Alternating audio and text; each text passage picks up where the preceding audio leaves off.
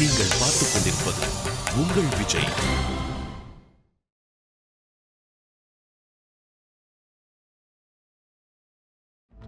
சந்தியா இந்த வீட்டு மருமகளா வந்திருக்கான்ற விஷயத்தை நீ மறக்க வேண்டாம். இனிமே இவ இந்த ரூபத்துல தான் வாழ்ந்தாகணும் சூர்யா. இந்த விஷயத்த முடிஞ்ச அளவுக்கு சீக்கிரத்துல நீயும் ஏத்துக்க. உன் மனைவி கிட்டையும் சொல்லிடு.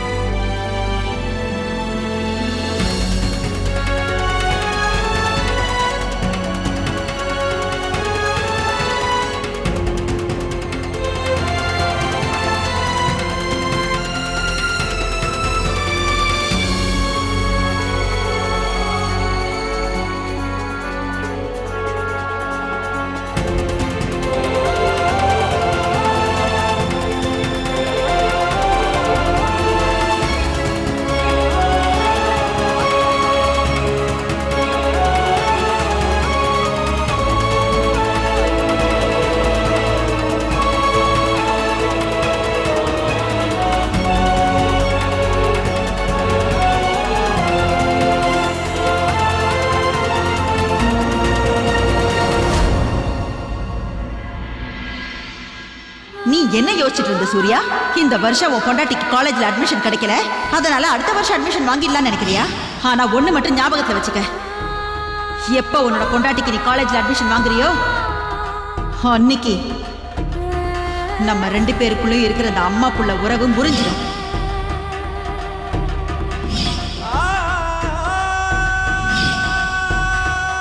இவ இந்த வீட்டோட மருமகளா தானே இங்க வந்திருக்கா, அதனால அவ இந்த ரூபத்துல தான் வாழ்ந்தாகணும் சூர்யா.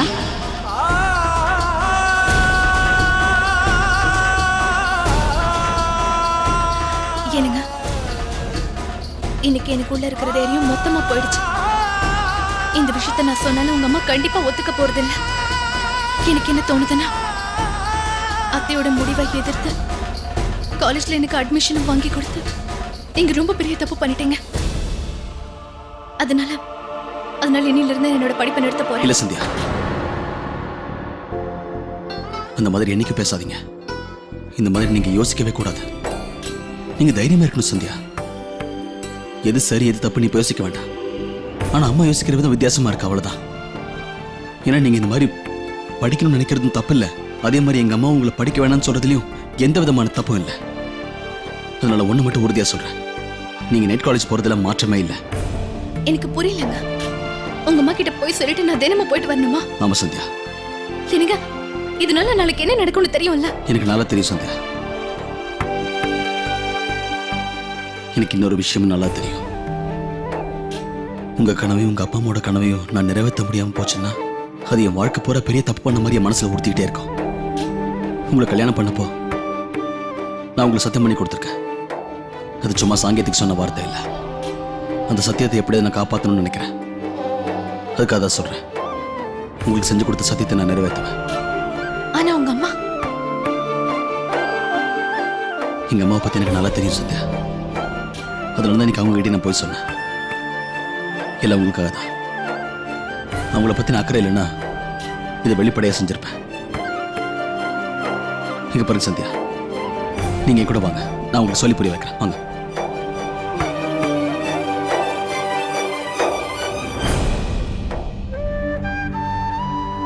சந்தியா,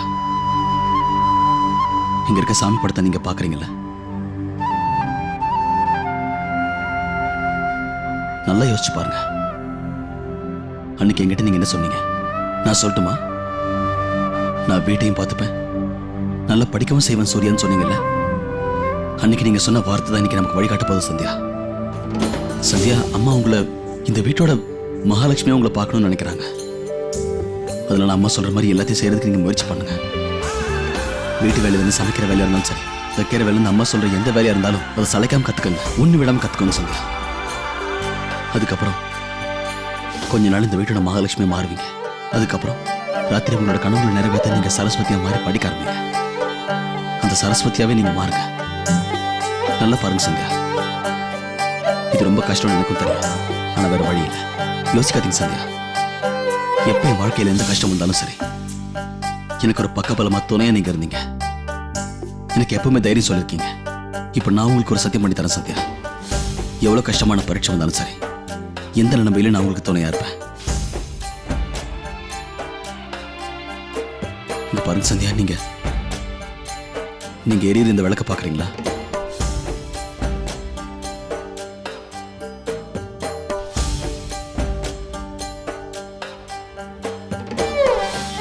சந்தியா, நீங்க திரிய எரிய தயார்னா ஒரு விளக்கை எப்பவும் உங்க கூடவே நான் இருப்பேன். விளக்கு இருந்தால் அது எப்பவும் திரிக்க மரியாதை. திரி இல்லாம விளக்குக்கும் அர்த்தம் இல்லை. அதனால தான் நான் சொல்றேன் சந்தியா, நான் உங்க கனவா இல்லை, உங்க தோழ. நீங்க என்ன தைரியமா நம்பலாம். நம்ம 2 பேரும் நம்ம வாழ்க்கை பூரா ஒருத்தர் புரிஞ்சுக்கிட்டு இதே மாதிரி சேர்ந்துருக்கலாம்.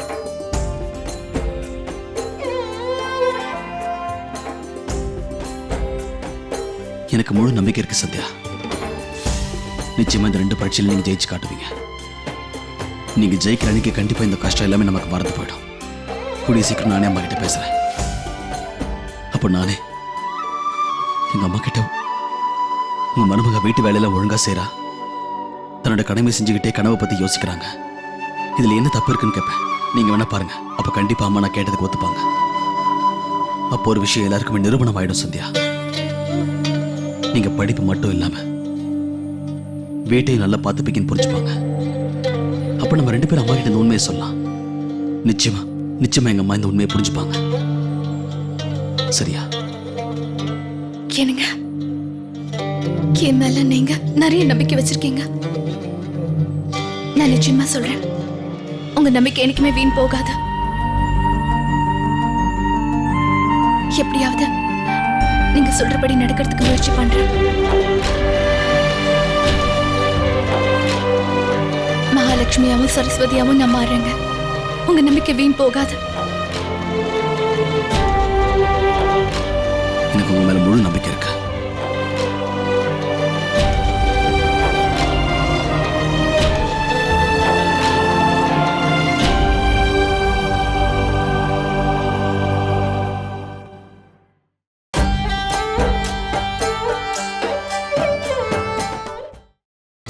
நீங்கள் பார்த்துக் கொண்டிருப்பது உங்கள் விஜய்.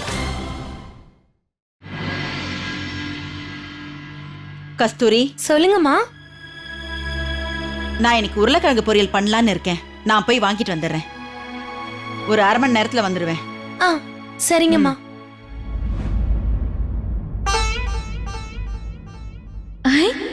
அத்தை வெளியே போறாங்களா? அப்படின்னா எங்க அம்மாவுக்கு ஃபோன் பண்ணி கொஞ்ச நேரம் பேசலாம்.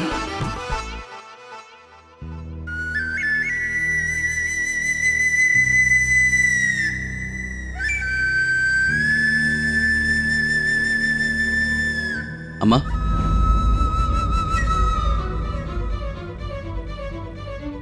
அம்மா இதெல்லாம் வேண்டாம்மா. அதான் சந்தியா இருக்காங்கல்ல, அவங்க வாங்கிட்டு வருவாங்க. மார்க்கெட்டுக்கு சந்தியா போட்டோம். இங்க பாரு, ஒரு விஷயத்தை நீ நல்லா புரிஞ்சுக்க சூர்யா. அவங்க வேலைய அவங்க செஞ்சாதான் நல்லது. இப்ப நான் மார்க்கெட்டுக்கு காய்கறி வாங்க போறேன். உருளைக்கிழங்கெல்லாம் பார்த்து வாங்கணும். ஒவ்வொரு காய்கறியும் ஒழுங்கா இருக்கான்னு பார்த்து தான் எடுக்கணும். அத பத்தி எல்லாம் சந்தியாவுக்கு தெரியாது. நீங்க சொன்ன புரிஞ்சுப்பாங்கம்மா. கொஞ்சம் முயற்சி பண்ணி பார்க்கலாமே.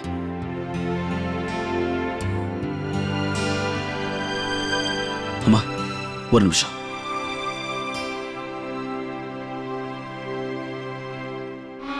என்ன புது நாடகம் இது?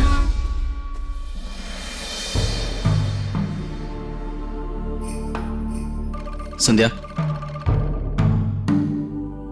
இந்த உருளைக்கிழங்கு பாருங்க. சின்னதா இருக்கு, ஆனா நல்ல காய்.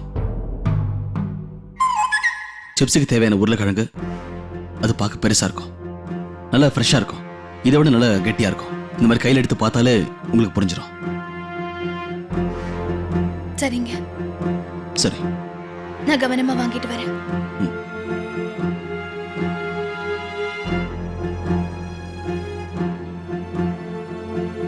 அத்தை, எத்தனை கிலோ உருளைக்கிழங்கு வாங்கிட்டு வரணும்?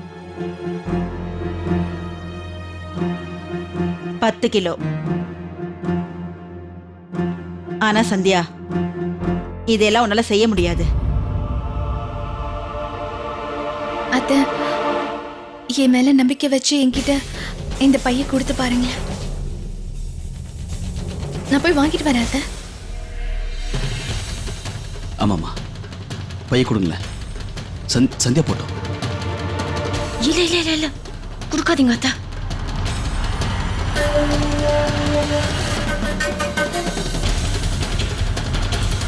இந்தா.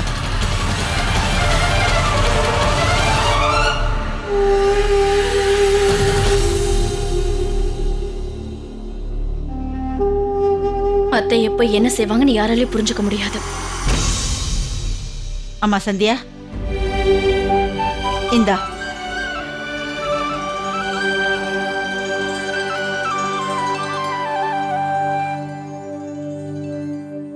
நில்லு சூர்யா.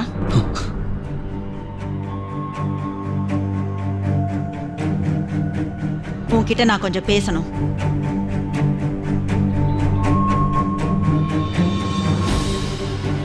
மீனாட்சி, என்ன சொல்லுங்க அத்தை. போ. போய் மொட்டை மாடியில இருக்கிற காஞ்ச துணியெல்லாம் எடுத்துட்டு வா.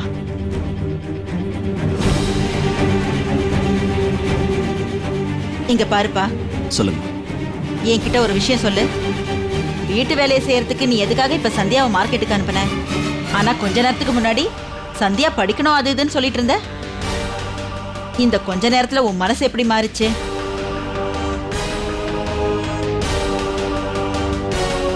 அம்மா, கொஞ்சம் இப்படி வாங்க.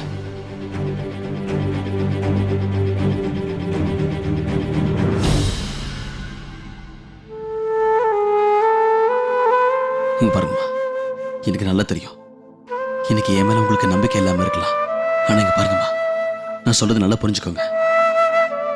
இன்னைக்கு நான் எந்த ஒரு காரியம் செஞ்சாலும் சரி, எந்த முடிவெடுக்கணும்னு நினைச்சாலும் சரி, உங்களோட புள்ள சூர்யா நிச்சயமா உங்களை பத்தி மட்டும் தான் யோசிப்பேன். அம்மா, இன்னைக்கு எனக்கும் தோணுது, சந்தியா இந்த வீட்டோட மருமகளா நிச்சயமா எல்லா வேலையும் கத்துக்கணும்னு தோணுது. என்ன சந்தியா இந்த வீட்டு மூத்த மருமக. இன்னும் எத்தனை நாளைக்கு இந்த வீட்டில் நீங்க எல்லா வேலையும் தனியா செய்ய முடியும் சொல்லுங்க? அம்மா, என்னோட ஆசை என்னன்னா, சந்தியா இனிமே இந்த வீட்டோட மகாலட்சுமியா இருக்கணும். இந்த பொறுப்பு எல்லாத்தையும் அவங்க தான் பாத்துக்கணும்.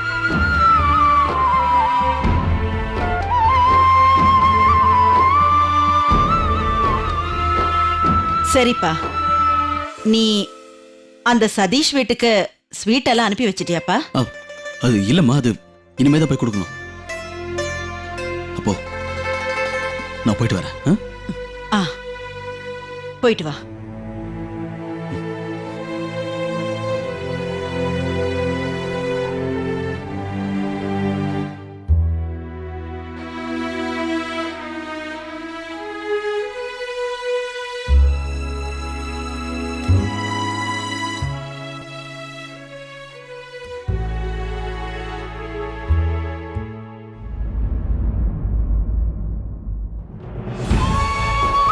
அம்மா இதுக்கெல்லாம் ஒத்துக்கிறாங்களோ இல்லையா, ஆனா உங்களோட சந்தோஷமா எனக்கு ரொம்ப முக்கியமா. சந்தியாவோட சந்தோஷமும் முக்கியம். உங்க 2 பேருக்காக தான் எல்லாமே செய்றேன்.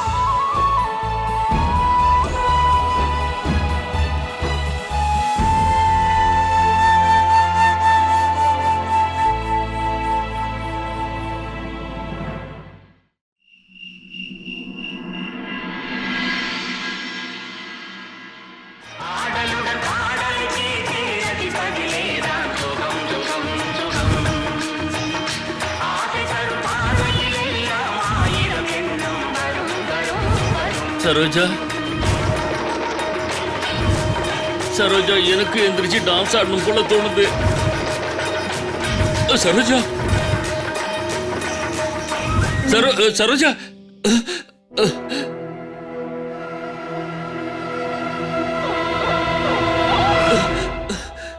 இல்ல இல்ல, இந்த வயசான காலத்துல என்ன இப்படி தனியா விட்டுட்டு போயிட்டாளே. என்னாச்சு? இதுக்கு மேல ஆகிறதுக்கு என்ன இருக்கு சொல்லு? எல்லாம் முடிஞ்சிருச்சு.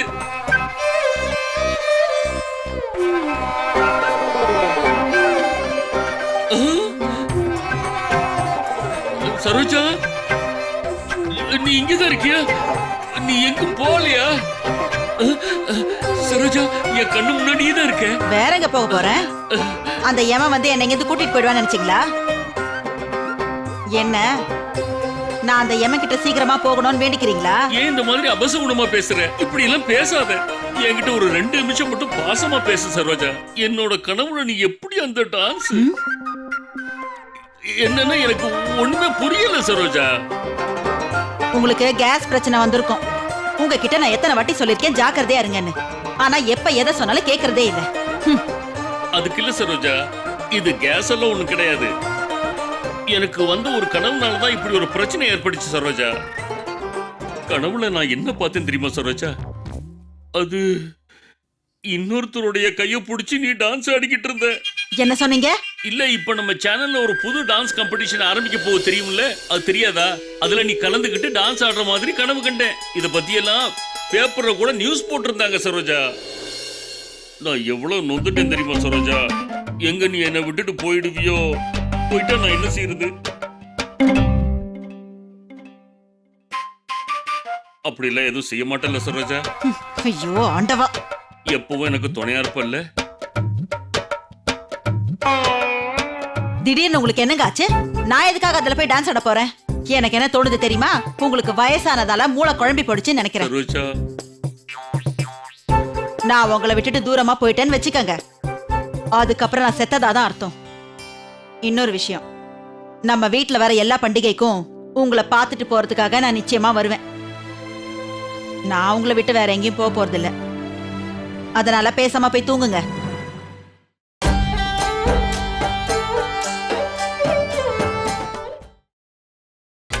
நீங்கள் பார்த்துக் கொண்டிருப்பது உங்கள் விஜய்.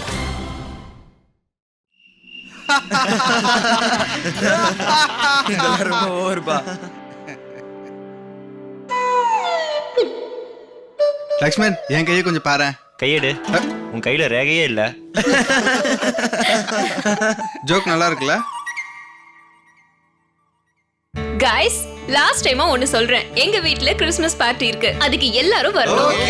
நைஸ். அப்புறம் லக்ஷ்மன், உன்னை மட்டும் ஸ்பெஷலா இன்வைட் பண்றேன். கண்டிப்பா வருவல? இவர் அங்க வராரோ வரலையோ, ஆனா நான் கண்டிப்பா உங்க வீட்டு பார்ட்டிக்கு வருவேன். சரியா பிரீத்தி? அப்புறம் நான் ஒரு லிஸ்ட் கூட தயார் பண்ணி வச்சிருக்கேன். எனக்கு சாப்பிட என்னென்ன வேணும்னு நான் உனக்கு அப்புறம் சொல்றேன். சூப்பர். அப்படின்னா நானும் ஒரு லிஸ்ட் தயார் பண்ண போறேன். ஆனா என்னோட லிஸ்ட் ரொம்ப பெருசா இருக்கும்.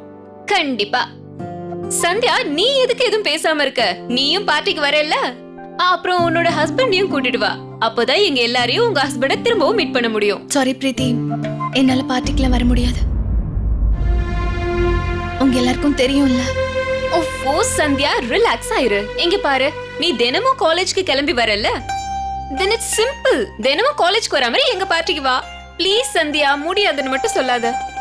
சரி சரி பிரீத்தி, முதல்ல நீ ஒரு விஷயத்த சொல்லு. எங்க எல்லாரையும் கூப்பிடுற ஓகே, ஆனா ஒரு விஷயம் மட்டும் எனக்கு புரியவே இல்ல. நீ உன்னோட ஸ்பெஷல் கெஸ்ட பார்ட்டிக்கு கூப்பிடுறியா இல்லையா? எப்பவும் கிளாஸ்ல உட்காந்து நீ அவர் கூட தானே சாட்டிங் பண்ணிட்டு இருப்ப. நான் அவரையும் கூப்பிட்டிருக்கேன். இந்த முறை நான் எல்லாருக்குமே அவர் இன்ட்ரோடியூஸ் பண்ண போறேன். ஓகே? ஆனா சந்தியா, நீ பிரீத்தியோட பாய் ஃப்ரெண்ட பாக்குறதுக்காவது வரணும். சந்தியா ப்ளீஸ், முடியாதுன்னு மட்டும் சொல்லாத. இது என்னோட ஸ்பெஷல் கிறிஸ்மஸ் பார்ட்டி. ஆக்சுவலா என்னோட பாய் ஃப்ரெண்ட் உன் ஹஸ்பண்ட மீட் பண்ணணும். ஆக்சுவலி நான் அவன்கிட்ட ஒன்னு சொல்லணும். அவன் என்ன கல்யாணம் பண்ணிக்கிட்டு எனக்கு ஹஸ்பண்டா இருக்கணும்னு நினைச்சா, அப்ப அவன் சூர்யா மாதிரி இருக்கணும்னு நான் சொல்லுவேன். இவளை பாத்தீங்களா சந்தியா? உங்க ஹஸ்பண்ட நீங்க அப்படி எங்க தான் தேடி கண்டுபிடிச்சீங்க? எங்களை மாதிரி ஆளுங்களெல்லாம் உங்க ஹஸ்பண்ட பார்த்ததுக்கு அப்புறம் யாருமே மதிக்கிறதே இல்ல தெரியுமா? எதுவா இருந்தாலும் நீங்க வாங்க. வரும்போது சூர்யாவையும் கூடவே கூட்டிட்டு வாங்க. தேங்க்ஸ். எனக்கும் வரணும் தான் ஆசையா இருக்கு. ஆனா என் அத்தை கிட்ட போய் சொல்லிட்டு என்னால வர முடியாது. படிப்புக்காக போய் சொல்றதுங்கிறது வேற. இந்த மாதிரி சந்தோஷமா பார்ட்டிக்கு போறதுக்கு போய் சொல்றதுன்றது அவ்வளவு நல்லது இல்ல. அதுவும் இல்லாம எனக்கு போய் சொல்றதுலயும் இஷ்டம் இல்ல. சரி, நீங்களாம் பேசிட்டு இருங்க. என்ன மாலதி மேம் வர சொல்லி கூப்பிட்டு இருந்தாங்க. நான் போய் பார்த்துட்டு வந்துடுறேன். சரி, ஓகே. ஓகே.